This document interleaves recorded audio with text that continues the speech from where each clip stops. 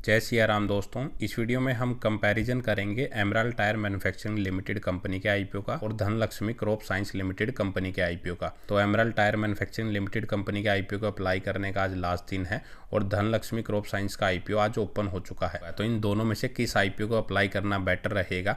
तो अगर हम सबसे पहले emerald tyre manufacturing limited IPO की बात करें तो यह कंपनी टायर मैन्युफैक्चरिंग करती है और इंडिया के अलावा बाहर भी अपने टायर्स को एक्सपोर्ट करती है और ग्रीक्स्टर कंपनी का ब्रांड नेम है, उसके नाम से कंपनी अपने टायर्स को मार्केट में बेचती है।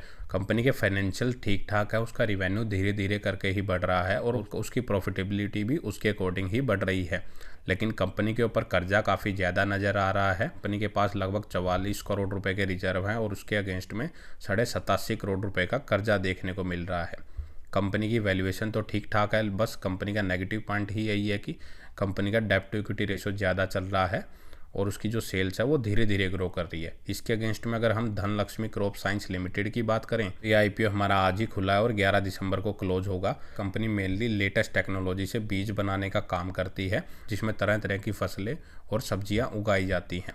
तो कंपनी का बिजनेस काफ़ी अच्छी तेज़ी से ग्रो कर रहा है और कंपनी के बीजों की डिमांड मार्केट में काफ़ी ज़्यादा चल रही है क्योंकि कंपनी जो बीज बनाती है उसमें जो पेस्टिसाइड्स या जो बीमारियां होती हैं फसलों में वो लगने के चांसेस काफ़ी कम रहते हैं। और कंपनी का जो मेजरली रिवेन्यू है वो कॉटन के सीड्स से आता है जिसमें लगभग 77% जो कंपनी का रिवेन्यू है वो वहाँ से जनरेट होता है। और कंपनी कॉटन, वीट, बाजरा, सोयाबीन, मिल्की मस्टर्ड, ज्वार, मल्टीफीड, ओनियन तरह तरह की बीजें बनाने का ये काम करती है। और कंपनी के फाइनेंशियल्स देखें तो कंपनी का जो ट्रैक रिकॉर्ड रहा है पिछले 3-4 सालों का काफ़ी अच्छा रहा है और हर साल कंपनी का जो रिवेन्यू है वो 40 से 50% की रेट से इंक्रीज हो रहा है। उसके साथ ही कंपनी की प्रॉफिटेबिलिटी भी बढ़ रही है और कंपनी के पास 12.25 करोड़ रुपए के रिजर्व हैं और उसके अगेंस्ट में सिर्फ 7.5 करोड़ रुपए का कर्जा है।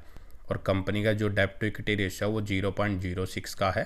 कंपनी लगभग 6 के मल्टीपल पीई के आसपास अपने आईपीओ को लेके आ रही है। तो वैल्यूएशन वाइज भी कंपनी काफ़ी बेटर नज़र आ रही है अगर हम एमराल्ड टायर मैन्युफैक्चरिंग लिमिटेड से कंपेयर करते हैं तो अब बात आती है कि दोनों में से किस आईपीओ को हम अप्लाई करें। तो एमराल्ड टायर मैन्युफैक्चरिंग लिमिटेड का आईपीओ आज हमारा क्लोज हो जाएगा 9 दिसंबर के दिन और धनलक्ष्मी क्रॉप साइंस का आईपीओ आज ही हमारा ओपन हुआ है और इसका जो करंट ग्रे मार्केट प्रीमियम चल रहा है emerald tyre manufacturing limited company का वो लगभग 79% के आसपास चल रहा है और धनलक्ष्मी क्रॉप साइंस का वो जो चल रहा है वो 51% के आसपास चल रहा है।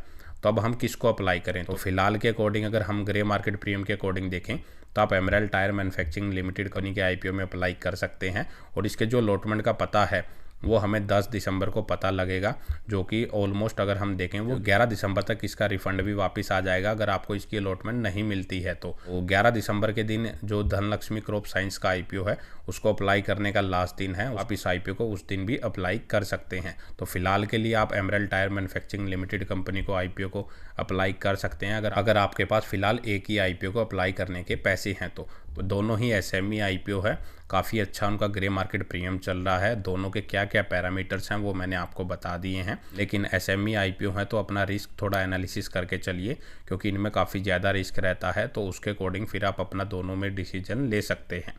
तो इस वीडियो में इतना ही। ऐसे ही आईपीओ से रिलेटेड अपडेटेड वीडियो के लिए हमारे साथ जुड़े रहिए।